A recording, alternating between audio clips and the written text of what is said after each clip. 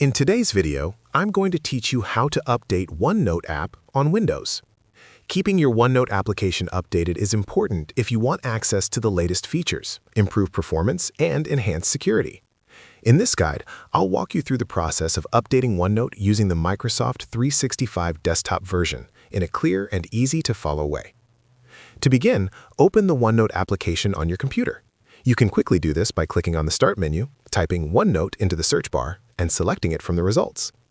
Once the app launches, make sure you are viewing any notebook page so that all menu options are accessible. After that, direct your attention to the top left corner of the screen and click on the File tab. This will open what is known as the Backstage view, where you can manage settings and view account-related information for your application.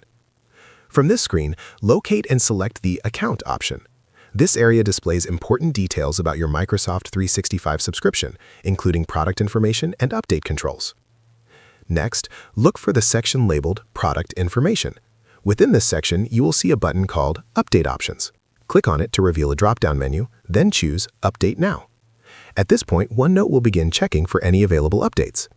If an update is found, it will automatically start downloading and installing in the background. You may notice a progress indicator while this is happening. It's important to keep the application open during this process and avoid interrupting it to ensure the update completes successfully. Once the update is finished, you may be asked to restart OneNote.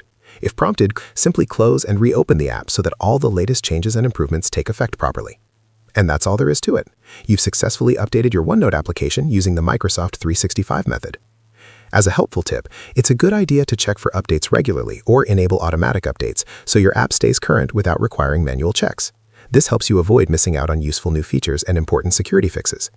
If you found this video helpful, let me know in the comments. Give it a like, subscribe to the channel, and don't forget to hit the notification bell.